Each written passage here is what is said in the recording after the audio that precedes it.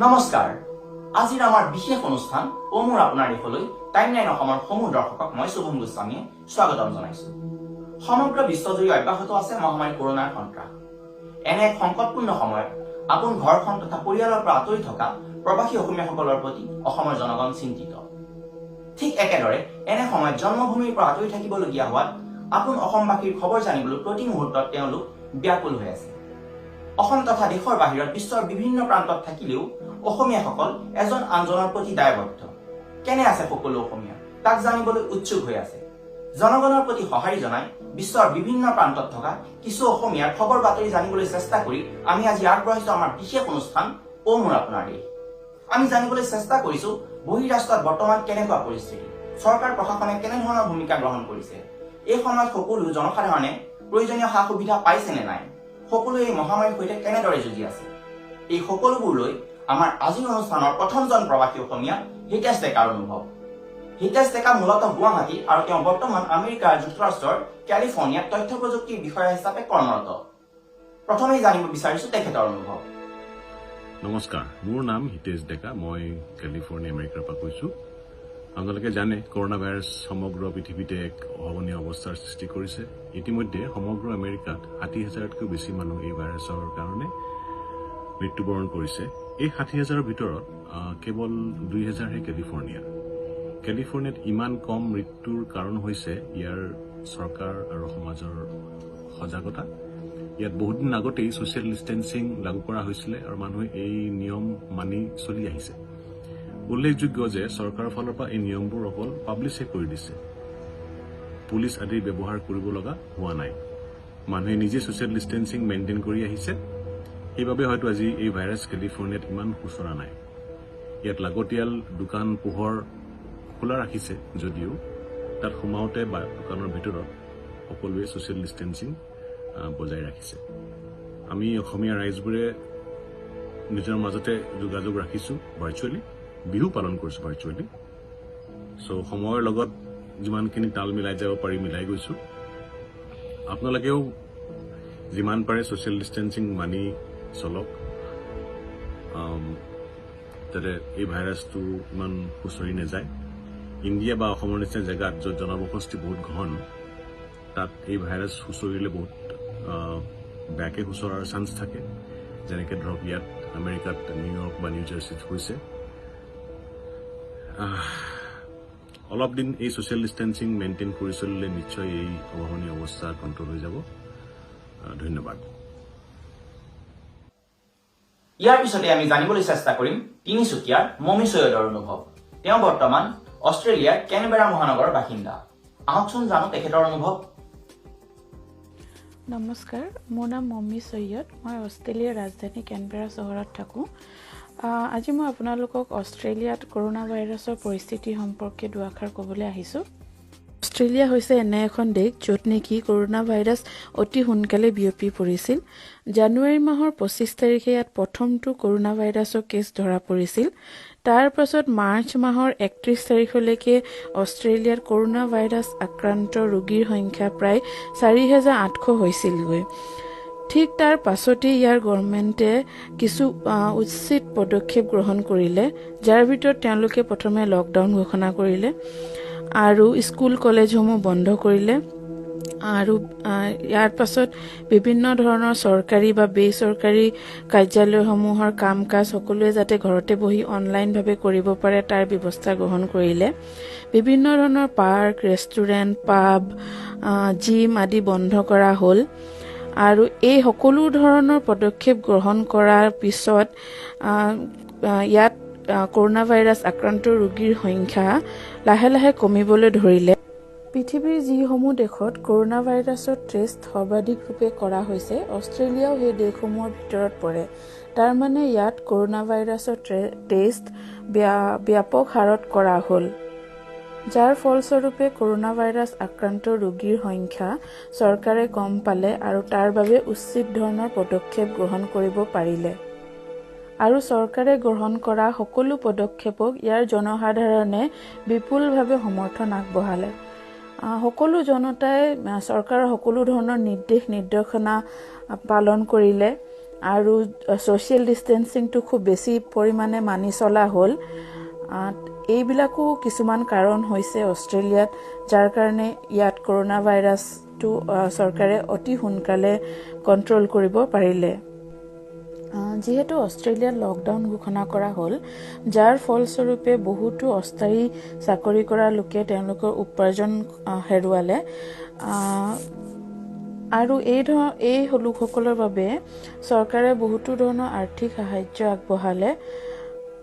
তদুপৰি বিভিন্ন ধৰণৰ স্মল স্কেল ইণ্ডাষ্ট্ৰীকো ইয়াৰ চৰকাৰে বিভিন্ন ধৰণৰ আৰ্থিক সাহায্য প্ৰদান কৰিলে, যাতে তেওঁলোকে নিজৰ কৰ্মচাৰীসকলক প্ৰয়োজনীয় দৰমহা দিব পাৰে। চৰকাৰৰ এনেধৰণৰ উপযুক্ত পদক্ষেপৰ পৰিণাম এয়া যে আজিৰ দিনত অষ্ট্ৰেলিয়াত কৰোণা ভাইৰাছ আক্ৰান্ত ৰোগীৰ টোটেল সংখ্যা প্ৰায় 6,500, যাৰ ভিতৰত প্ৰায় 5,500 মানুহ ইতিমধ্যে আৰোগ্য লাভ কৰি নিজৰ ঘৰলৈ গ'ল, আৰু কেৱল মাত্ৰ প্ৰায় 1,000 মানুহহে হস্পিটেলত চিকিৎসাধীন হৈ আছে। আৰু উল্লেখযোগ্য এয়া যে এতিয়ালৈকে অষ্ট্ৰেলিয়াত কৰোণা ভাইৰাছ আক্ৰান্ত ৰোগীৰ মৃত্যুৰ সংখ্যা মাত্ৰ 93 জন। যিহেতু অষ্ট্ৰেলিয়াৰ লকডাউনৰ সময়ছোৱাত যিকোনো ধৰণৰ ছ'চিয়েল গেডাৰিং আৰু ইজনে আনজনৰ ঘৰলৈ যোৱাটো নিষিদ্ধ কৰি থোৱা হৈছে, তাৰ ফলস্বৰূপে অষ্ট্ৰেলিয়াত বসবাস কৰি থকা অসমীয়া লোকসকলে নিজৰ মাজত অনলাইন যোগে যোগাযোগ অব্যাহত ৰাখিছে। অষ্ট্ৰেলিয়াৰ দুটা মেজৰ আছাম এছ'চিয়েশ্যন, ৱিক আছাম আৰু Assam association of NSW and ACTয়ে নিজৰ ৰঙালী বিহুৰ কাৰ্যসূচী এই বছৰৰ বাতিল কৰিলে, আৰু তাৰ জেগাত তেওঁলোকে ভাৰ্চুৱেল ৰঙালী বিহু অনলাইন যোগে অতি উলহ মালহেৰে পালন কৰিলে।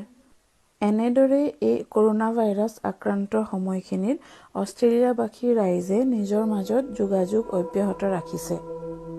শেষত টাইম লাইন অসমলৈ শুভেচ্ছা আৰু ধন্যবাদ জ্ঞাপন কৰিলোঁ, আৰু টাইম লাইন অসমৰ উন্নতি কামনা কৰিলোঁ। ধন্যবাদ। এইবাৰ আমি জানিবলৈ চেষ্টা কৰিম থাইলেণ্ডত থকা কেইজনমান প্ৰৱাসী অসমীয়াৰ অনুভৱ। নমস্কাৰ, মই আজি আপোনালোকক থাইলেণ্ডত COVID-19 মহামাৰীৰ বিষয়ে ক'ম বুলি ভাবিছোঁ। ক'ভিড মহামাৰীৰ প্ৰথমজন ৰোগী থাইলেণ্ডত 13 জানুৱাৰীত চিনাক্ত কৰা হৈছিল। তাৰপিছত এই লাহে লাহে বাঢ়ি মাৰ্চ মাহৰ শেষলৈকে প্ৰায় 188জনমান ৰোগী এই ৰোগত আক্ৰান্ত হয়। এপ্ৰিল মাহত ই দ্ৰুতগতিত বাঢ়িবলৈ আৰম্ভ কৰিলে, আৰু প্ৰায় 14,000 ৰোগী আক্ৰান্ত হৈছিল। কিন্তু থাইলেণ্ডত পাব্লিক হেল্থ ছিষ্টেম খুবেই ভাল, আৰু মানুহবোৰো সজাগ। সেইকাৰণে থাইলেণ্ড চৰকাৰে ৰাইজৰ লগত সহযোগিতাৰে এই ৰোগৰ ওপৰত কণ্ট্ৰল কৰিব পাৰিছে, আৰু এই মাহৰ এতিয়ালৈকে প্ৰায় 26জনমান ৰোগী হস্পিটেলৰ পৰা ডিচাৰ্জ কৰা হৈছে, আৰু মাত্ৰ প্ৰায় 128জন ৰোগী এতিয়া হস্পিটেলত আছে। সকলোকে নমস্কাৰ। থাইলেণ্ডত যাতায়াতৰ ব্যৱস্থাটো খুব সুপৰিকল্পিত, আৰু সকলো প্ৰান্তলৈকে দেশৰ যাতায়াত ব্যৱস্থা খুবেই ভাল। গতিকে যিকোনো সময়ত যিকোনো বস্তু প্ৰয়োজন মতে পোৱাব পৰাকৈ যাতায়াতৰ ব্যৱস্থা ভাল কাৰণে সকলোৱে সা সুবিধাখিনি সময়মতে পায়। ইয়াত সৰ্বসাধাৰণ মানুহে এনেও অন্য সময়তো জ্বৰ কাহ হ'লে মাস্ক পিন্ধা বা টয়লেটৰ ইউজ কৰিলে হাত ধোৱা চাবোনেৰে এইবিলাক মানিয়েই চলে। নতুনকৈ তেওঁলোকে এতিয়া আৰম্ভ কৰা ব্যৱস্থাটো হৈছে যে যিবোৰ দেশত এই মহামাৰীটোৰ লগত যুঁজিবলৈ সাজু আছিল তেওঁলোক কিয় সাজু আছিল, আৰু যিবোৰ দেশ সাজু নাছিল তেওঁলোক কিয় সাজু নাছিল, তাৰ বিষয়ে এতিয়া আমাক অধ্যয়ন কৰিবলৈ চৰকাৰে দায়িত্ব দিছে, আৰু যাতে ভৱিষ্যতলৈ এনেকুৱা হ'লে সাজু থাকে সকলোৱে, এনেধৰণৰ যাতে অকস্মাতে হাহাকাৰ কাৰো নালাগে। গতিকে সকলো ভালে থাকক। যদিও ইয়াত কোনো লকডাউনৰ ব্যৱস্থা বলবৎ কৰা হোৱা নাই, কিন্তু থাই চৰকাৰে লোৱা কিছুমান ব্যৱস্থা ফলপ্ৰসূ হোৱা হিচাপে আমি দেখিছোঁ। সকলো শিক্ষা অনুষ্ঠান, পৰ্যটন অনুষ্ঠান আৰু মনোৰঞ্জন অনুষ্ঠান ইত্যাদি বন্ধ ৰখা হৈছে। ঘৰতে থাকি কৰ্মৰত থকাৰ সুবিধা আৰু সুযোগ দিয়া হৈছে। মহামাৰীৰ বাবে হোৱা নিবনুৱাসকলক ভৰণ পোষণ দিয়া হৈছে। দোকান পোহাৰত আৱশ্যকীয় সামগ্ৰী যোগান ধৰা হৈছে। ৰাজহুৱা স্থানত তাপমাত্ৰা জোখা আৰু হেণ্ড ছেনিটাইজাৰ ৰখাৰ ব্যৱস্থা কৰা হৈছে। নিশা 10 বজাৰ পাছত সান্ধ্য আইন আছে, যাৰ বাবে কোনো বাহিৰলৈ ওলাই যাব নোৱাৰে ৰাতি। 10 এপ্ৰিলৰ পৰা আজিলৈকে সুৰা বিক্ৰী বন্ধ কৰা হৈছে আৰু সকলো ব্যৱস্থা অৰাজনৈতিকভাৱে চৰকাৰী বিষয়ববীয়াৰ দ্বাৰাই পৰিচালিত কৰা হৈছে, যাতে কোনো বিবাদ উন্মোচন নহয়। এই সকলোবোৰতকৈ আৱশ্যকীয় হ'ল আপোনাৰ সকলোৱে একমত হৈ লগে ভাগে নিজৰ নিজৰ দায়িত্ব পালন কৰি গৈছে। সেয়েহে আজি এই পৰিস্থিতিৰ উন্নতি হোৱাৰ আশা দেখা গৈছে। আশা কৰোঁ আপোনালোকেও এনেদৰে এই সকলো উপদেশ মানি চলিব আৰু এই মহামাৰীৰ পৰা অচিৰেই মুক্তি পাব।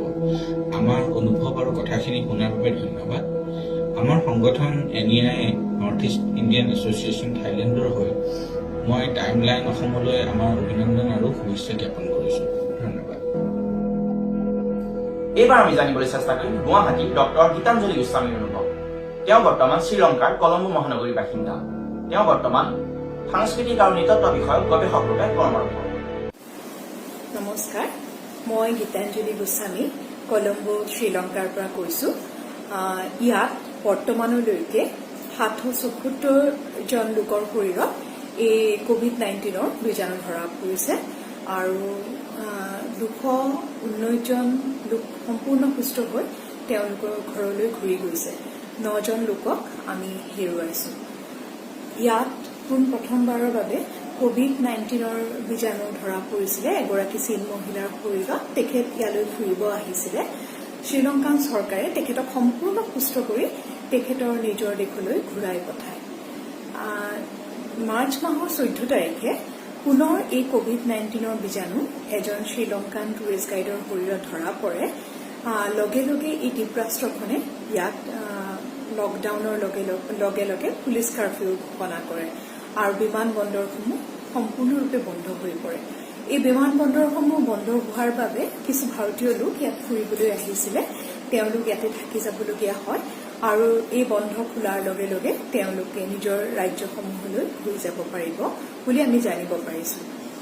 ইয়াত এই বন্ধৰ বাবে আমি কিছু অসুবিধাৰ সন্মুখীন নোহোৱা নহয়, খাদ্যৰ ক্ষেত্ৰকে ধৰি, কিন্তু এইখিনি আমি অসুবিধা হিচাপে ধৰি ল'ব নালাগিব। যিহেতুকে এইটো এটা বিশ্বমাৰী, আমি যি পাইছো তাতে সন্তুষ্ট আছো আৰু চৰকাৰে যি ধৰণেই বান্ধি দিছে নিয়ম কানুন আমি সকলোখিনি মানিবলৈ যত্ন কৰিছো। আৰু 14 মাৰ্চৰ পৰা যিহেতুকে স্কুল কলেজ অফিচ আদি বন্ধ হৈ পৰিছিলে, ইয়াত তাৰ ঠিক এসপ্তাহমানৰ পিছৰ পৰাই জুম আদি গুগল ক্লাছৰুম আদিৰ যোগেদি তেওঁলোকে শ্ৰেণীকোঠাসমূহ চলাই লৈ গৈ আছে আৰু খুব সুন্দৰভাৱে তেওঁলোকে চলাই লৈ গৈছে। মই মোৰ ছোৱালীজনীৰ ক্ষেত্ৰতো দেখিছো আৰু মোৰ স্বামী তেখেত টাটা মটৰ্ছত কৰ্মৰত। তেখেতেও নিয়াৰিকৈ ৰাতিপুৱা 9টা বজাৰ পৰা 5টা বজালৈ তেখেতৰ কামসমূহ কৰিছে আৰু মই জানিব পাৰিছো তেখেতেও সুন্দৰভাৱে পৰিকল্পনা কৰিছে খুলিলে কেনেকৈ আগবাঢ়িব। যিহেতুকে মানুহৰ সময়ৰ সকলো সময়ৰে ভাল চাপ আৰু বেয়া চাপ থাকে। এই সময়ছোৱা যদিও আমাৰ বাবে খুব ভয়াৱহ, আমি খুব সাৱধানেৰে আছো সকলো, তথাপিতো এই সময়খিনিয়ে যথেষ্টখিনি আমি নাজানাৰ কথা আমাক ইজনৰ সিজনৰ লগত সময় দিছে। মোৰ ছোৱালীজনী তাইক মই অকণমান হলেও মাতৃভাষাটো আৰু অকণমান আগুৱাই লৈ যাব পাৰিছো। ঠিক তেনেধৰণে কিছু আমাক সুবিধা নোহোৱাও নহয়, কিছু আমি নিজক সময় দি আগবাঢ়িব পাৰিছো আৰু বিশ্বৰ পৰা প্ৰদূষণ বহুতখিনি কমিছে বুলি বিজ্ঞানীসকলে আমাক জানিব দিছে। মই আশা কৰিছো এই যে বন্ধ খুলিব, খোলাৰ লগে লগে আমি সুন্দৰ এখন বিশ্ব ঘূৰাই পাম, সুন্দৰ এখন পৃথিৱী ঘূৰাই পাম আৰু কিছুদিন আমি ধৈৰ্য ধৰিব লাগিব যেতিয়ালৈকে এই ভেকচিনৰ যোগাৰ আমাৰ উপলব্ধ নহয়। আৰু এই ধৈৰ্যখিনি আমি সকলোৱে অতি সবল মনোবলেৰে থাকিব লাগিব এই সময়ছোৱাত। আৰু ইয়াতে কিছু সংখ্যক লোক আছে যিখিনি সদায় দিন হাজিৰা কৰি পেলাই তেওঁলোকৰ জীৱন নিৰ্বাহ কৰিছিল। তেওঁলোকৰ কিছু কষ্ট হ'ব এই সময়ছোৱাত। আমি তেওঁলোকৰ ওচৰত থিয় হৈ সহায় সহানুভূতি আৰু আমাৰ মৰমৰ দুলেৰে তেওঁলোককো এই সময়খিনি পাৰ কৰাব লাগিব। আৰু মই টাইমলাইন অসমৰ যি এটা সুন্দৰ এৱেৰনেছৰ প্ৰচেষ্টা তাক শলাগ লৈছোঁ আৰু তেওঁলোকৰ এই নতুন যাত্ৰাত মই তেওঁলোকলৈ শুভেচ্ছা তথা মোৰ আন্তৰিক অভিনন্দন জ্ঞাপন কৰিছোঁ। ধন্যবাদ। এইবাৰ আমি জানিবলৈ চেষ্টা কৰিম অসমৰ জনপ্ৰিয় ইউটিউবাৰ যুগল পলাশ ভূঞা আৰু মিশিকা শৰ্মাৰ অনুভৱ। ডিব্ৰুগড়ৰ পলাশ ভূঞা আৰু লখিমপুৰৰ মিশিকা শৰ্মা বৰ্তমান ইংলেণ্ডৰ চেষ্টাৰ মহানগৰীৰ বাসিন্দা। আহকচোন জানো তেওঁলোকৰ অনুভৱ। নমস্কাৰ, মই মিশিকা শৰ্মা। মই পলাশ ভূঞা। মোৰ ঘৰ লখিমপুৰ। মোৰ ঘৰ ডিব্ৰুগড়। বৰ্তমান আমি ইংলেণ্ডৰ চেষ্টাৰৰ বাসিন্দা। পলমকৈ হ'লেও টাইমলাইন অসমৰ সমূহ দৰ্শকলৈ ৰঙালী বিহুৰ আন্তৰিক শুভেচ্ছা জ্ঞাপন কৰিলোঁ। লগতে মিশিকা এণ্ড পলাশ ইউটিউব চেনেলৰ তৰফৰ পৰাও শুভেচ্ছা জনালোঁ। বিদেশত থকা যিসকল আপোন লোক আছে তেওঁলোকক এনেকৈ যোগাযোগ কৰিবলৈ যিটো পদক্ষেপ ল'লে টাইমলাইন অসমে, সেইবাবে আমাৰ দুয়োফালৰ পৰা অশেষ ধন্যবাদ থাকিল। বৰ্তমান চেষ্টাৰত COVID-19ৰ ইম্পেক্টটো এতিয়া অলপ কম পৰিছে, যিহেতু ইমান পজিটিভ কেছেছ নাই এতিয়া আৰু হস্পিটেলতো ইমান পেচেণ্টছ নাই। চ' সেইকাৰণে বহুত মানুহে ইয়াত এতিয়াও ঘূৰি ফুৰিব পাৰিছে আৰু লগতে যিটো সামাজিক দূৰত্ব সেইটো মেইনটেইন কৰি আছে। চ' সেইকাৰণে আমি এতিয়া যাব পাৰোঁ। আমাৰ গভৰ্ণমেণ্টে এলাউ কৰিছে দিনত এবাৰ বজাৰ কৰিবলৈ আৰু এবাৰ ৱৰ্কআউট এক্সাৰচাইজ কৰিবলৈ। ব্যক্তিগতভাৱে আমাৰ দুয়োজনৰ এটা লাভ হৈছে যে আমাৰ যিটো ইউটিউব চেনেল আছে সেই তাৰ মাধ্যমেৰে আমাৰ ঘৰৰ মানুহসকলে আমাক চাই থাকিব পাৰিছে, সেইকাৰণে অলপ নিশ্চিন্ত হৈ আছে। আৰু লগতে ভিডিঅ' কল, ফোন কলৰ মাধ্যমেৰে আমি যোগাযোগটো ৰাখিছোঁ। পুনৰবাৰ আমি টাইমলাইন অসমক অশেষ ধন্যবাদ জ্ঞাপন কৰিব বিচাৰিছোঁ আমাক এনেকৈ যোগাযোগ কৰাৰ বাবে। একজেক্টলি। আৰু আমি আশা কৰোঁ যে টাইমলাইন অসম আৰু আগুৱাই যাওক। নমস্কাৰ। এইবাৰ আমি জানিবলৈ চেষ্টা কৰিম নগাঁৱৰ পিয়ানুজ ভূঞাৰ অনুভৱ। তেওঁ বৰ্তমান দক্ষিণ কোৰিয়াৰ জিয়ানজো মহানগৰীত গৱেষক ছাত্ৰৰূপে অধ্যয়নৰত। আহকচোন জানো তেখেতৰ অনুভৱ। নমস্কাৰ, মোৰ নাম পিয়ানুজ ভূঞা আৰু বৰ্তমান মই আছোঁ চাউথ কোৰিয়াৰ জিয়নজো চহৰত এজন PhD ষ্টুডেণ্ট হিচাপে। চাউথ কোৰিয়াৰ প্ৰথম যিটো কেছ ৰেকৰ্ড হৈছিল কৰোণা ভাইৰাছৰ, সেইটো আপোনাৰ জানুৱাৰী মাজমানত হৈছিল। এগৰাকী চাইনিজ মহিলাৰ পৰা ৰেকৰ্ডেড হৈছিল আৰু তেতিয়া অকল 40টামান কেছ ৰেকৰ্ডেড হৈছিল আৰু কণ্ট্ৰল বহুত ধুনীয়াকৈ কৰা হৈছিল। কিন্তু মই আজি আপোনালোকক ক'ম যে এটা সৰু নেগলিজেঞ্চৰ কাৰণে কেনেকৈ গোটেই দেশখনত গৈ ভাইৰাছটো স্প্ৰেড হ'ল। পেচেণ্ট নম্বৰ 31, 31 নম্বৰ পেচেণ্টজন তেখেতে ডেগু চহৰৰ এটা গীৰ্জাঘৰত গৈছিল প্ৰাৰ্থনা সভা এটেণ্ড কৰিবলৈ আৰু এৰাতিৰ ভিতৰতে 200টা মানুহ ইনফেক্টেড হৈছিল তেখেতৰ পৰা। তেখেতে বোলে চিম্পটমছবিলাক গম পাইছিল, কিন্তু তেখেতে কিছুমান ভয় বিভীষিকাৰ কাৰণে ডক্টৰৰ ওচৰত যোৱা নাছিল আৰু তেখেতৰ পৰা ইনফেকশ্যনখিনি হ'ল। আৰু সেই এৰাতিৰ ভিতৰত যেতিয়া 200টা পেচেণ্টৰ খবৰ আমি পাইছিলোঁ ইনফেক্টেড, তেতিয়া আমি সঁচাকৈ বহুত ভয় খাইছিলোঁ আৰু ক্ৰমান্বয়ে সেই ইনফেক্টেড ৰেটটো বাঢ়ি গ'ল আপোনাৰ, আৰু আজি গৈ পেলাই বৰ্তমান সময়ত 10,000টা কেছ হৈ গ'ল। কিন্তু মই বহুত প্ৰশংসা কৰিব লাগিব চাউথ কোৰিয়াৰ মানুহখিনিৰ, তেওঁলোকৰ বুজাবুজি, তেওঁলোকৰ মিউচুৱেল কলাবৰেশ্যন গভৰ্ণমেণ্টৰ লগত আৰু তেওঁলোকৰ সহায় সহযোগিতাৰ কাৰণে আজি চাউথ কোৰিয়া দেশখন ৰিলেটিভলি বহুত ছেফ দেশ বুলি ডিক্লেয়াৰ কৰা হৈছে গভৰ্ণমেণ্টৰ দ্বাৰা আৰু ছ'চিয়েল ডিষ্টেঞ্চিংটো আঁতৰোৱা হৈছে। আৰু চবতছে ভয়াৱহ যিটো ছিটুৱেশ্যন মই ফেচ কৰিছিলোঁ সেইটো আপোনাৰ মোৰ যিটো হোষ্টেল হয়, মোৰ হোষ্টেলৰ নেক্সট যিটো হোষ্টেল হয় সেইটো হোষ্টেলত কোৱাৰেণ্টাইন জ'ন বনোৱা হৈছিল। মানে যিখিনি নতুন ষ্টুডেণ্ট আহিব ইয়াত এডমিশ্যন ল'বলৈ তেওঁলোকক তাত ৰখা হৈছিল। চ' ডেগু চহৰ, যিখন চহৰত চবতছে বেছি ইনফেক্টেড পোৱা গৈছে, 75% ইনফেক্টেড কেছ তাৰ পৰাই আহিছে। তাৰ পৰা এজন আণ্ডাৰগ্ৰেড ষ্টুডেণ্ট আহিছিল, তেওঁ কোৱাৰেণ্টাইন জ'নত থকা টাইমতে তেখেতৰ ইনফেকশ্যনটো ধৰা পৰিছিল আৰু সেই হোষ্টেলটো আমাৰ পৰা অকল 20 মিটাৰ দূৰত আছিল। চ' বহুত ভয় খাইছিলোঁ সঁচাকৈ। মই ভিডিঅ'টোৰ জৰিয়তে আপোনাৰ সকলোকে এটা বিনম্ৰ অনুৰোধ জনাম যে আমাৰ ভাৰত চৰকাৰ আৰু অসম চৰকাৰে যিখিনি ৰুলছ এণ্ড ৰেগুলেশ্যনছ আপোনালোকৰ ওপৰত ইম্প'জ কৰিছে সেইখিনি আপোনালোকে বাৰুকৈ ফ'ল' কৰক। ছ'চিয়েল ডিষ্টেঞ্চিংটো মেইনটেইন ৰাখক আৰু লকডাউনটো ভালকৈ ফ'ল' কৰক। জানিছোঁ এইটো ইমান সহজ কথা নহয়, বহুত ফিজিকেলি এণ্ড মেণ্টেলি ঘৰত এনেকৈ বহুত মাহ সোমাই থকা, কিন্তু তাৰ বাহিৰে কোনো উপায়োতো নাই, আপোনালোকে ভালকৈ বুজি পায়। আৰু দ্বিতীয় কথাটো হ'ল যে সমাজত বহুত ধৰণৰ মানুহ থাকে, সকলো মানুহৰ যিটো ইণ্টেলেক্ট লেভেল সেইটো সমান নহয়। সেইটো কাৰণে যিখিনি মানুহ অলপমান অবুজ আৰু অলপমান অকৰা তেওঁলোকক আপোনালোকে বুজাব কথাটো, কাৰণ আপোনালোকে জানে এই 2 মাহৰ ভিতৰত যদি ভালকৈ কণ্ট্ৰল নহয় তেনেকৈ কিমান ভয়াৱহ ৰূপ ল'ব পাৰে। লকডাউনৰ পিছতো আপোনালোকে দেখিছে কিমান কেছেছ ওলাই গৈছে, হয়নে নহয়, সৰু সৰু নেগলিজেঞ্চৰ কাৰণে। ভাবক লকডাউন নোহোৱাহেঁতেন কি অৱস্থা হ'লহেঁতেন। সেইটো কাৰণে যিমান দিন গভৰ্ণমেণ্টে লকডাউনটো ইম্প'জ কৰে প্লিজ আপোনালোকে ফ'ল' কৰিব আৰু ইন কেছ যদি বাহিৰত ওলাই যাবলগীয়া হয় আপোনালোকে মাস্ক ইউজ কৰিব আৰু চেনিটাইজাৰ ব্যৱহাৰ কৰিব। আশা কৰোঁ এই যিটো বিপৰ্যয় আমাৰ সকলোৰে কাৰণে আহিছে সেইটো সোনকালে যাতে নাইকিয়া হৈ যাওক আৰু এই গোটেই বিপৰ্যয়টো আঁতৰাবলৈ আমাৰ হাততে পাৱাৰ আছে। আমি যদি সুস্থ সবল সজাগ হৈ থাকোঁ, কৰোণা ভাইৰাছটো সোনকালে আমি আমাৰ ছ'চাইটিৰ পৰা আঁতৰাব পাৰিম। ঘৰত সদায় মই কথা বতৰা পাতি থাকোঁ, মই মোৰ মাৰ লগত কথা পাতি থাকোঁ, মোৰ বান্ধৱীৰ লগত মই কথা পাতি থাকোঁ। চ' গোটেই ছিটুৱেশ্যনছবিলাকতো আমি মনিটৰ কৰি আছোঁ ইয়াৰ পৰাই। আৰু যেনেকৈ ছাউথ কোৰিয়ান গভৰ্ণমেণ্টে ভালকৈ কণ্ট্ৰল কৰিলে আৰু তাতকৈ ডাঙৰ কথা যে ছাউথ কোৰিয়াৰ মানুহখিনিয়ে যেনেকৈ কোঅপাৰেট কৰিলে গভৰ্ণমেণ্টৰ লগত মই সেইটো কাৰণে আপোনালোকক এটা বিনম্ৰ অনুৰোধ যে আপোনালোকে গভৰ্ণমেণ্টৰ লগত কোঅপাৰেট কৰক আৰু সোনকালে যাতে এই বিপৰ্যয়ৰ পৰা সোনকালে মুক্ত হওঁ। শেষত আমি জানিবলৈ চেষ্টা কৰিম পংকজ বৰাৰ অনুভৱ। লখিমপুৰৰ পংকজ বৰা বৰ্তমান মেস্কুট ওমানত অভিযন্তা ৰূপে কৰ্মৰত। আহকচোন জানো তেখেতৰ অনুভৱ। নমস্কাৰ, মই ইয়াত চাকৰি কৰি আছোঁ। আপোনাৰ মোৰ বাইদেউ গীতাঞ্জলি মোক গাইড কৰিল আৰু মোক ক'ল কি মানে ইয়াৰ বিষয়টো মই জনাব, মানে কেনেকুৱা ইয়াত চিটুৱেশ্যন চলি আছে, লকডাউন কেনেকুৱা বা চলি আছে। তো ফৰ ইনফৰ্মেশ্যন ইয়াত আপোনাৰ 8 মে'লৈকে লকডাউন আছে আৰু ইয়াত কেছেছ ষ্টাৰ্ট হৈছিলে আপোনাৰ ফেব্ৰুৱাৰী 24। তাৰপিছত কেছেছ শ্ল'লি বাঢ়িছে। চ' ইয়াত মেক্সিমাম কেছেছ এতিয়ালৈকে 2000 মান হৈছে। ৰিগাৰ্ডিং বিহু ইয়াৰ পৰা প্লেন আছিলে যোৱা, কিন্তু এণ্ড মুভমেণ্টত মানে ফ্লাইটবিলাক কেঞ্চেল হৈ গ'ল আৰু সেইকাৰণে মাৰ্চ 18 তাৰিখে যোনটো মানে ফ্লাইট ইণ্ডিয়ান এয়াৰলাইন্সত যোনটো বুক কৰিছোঁ সেইটো কেঞ্চেল কৰি কেতিয়া আকৌ ৰিজিউম হয় তেতিয়া মানে সেইটো হিচাপত আৰু টিকেট কৰি পেলাই যোৱা হ'ব আৰু ইয়াত অসমীয়া মানুহ বহুত আছে। চ' আমি ইয়াত বিহু পাতিছিলোঁ। চ' মানে তাত মানে অনলাইন আৰু চবেই আৰু নিজৰ ফেৰতো পাৰ্টিচিপেট কৰিছে। কাম কাজৰ হিচাপত অফিচ বন্ধই আছে, কিন্তু যাৰ যেতিয়া মানে দৰকাৰ সি আহি পেলাই ইয়াত কৰিব পাৰে। ইয়াত ৰেষ্ট্ৰিকশ্যন মানে চব জেগাত হোৱা নাই।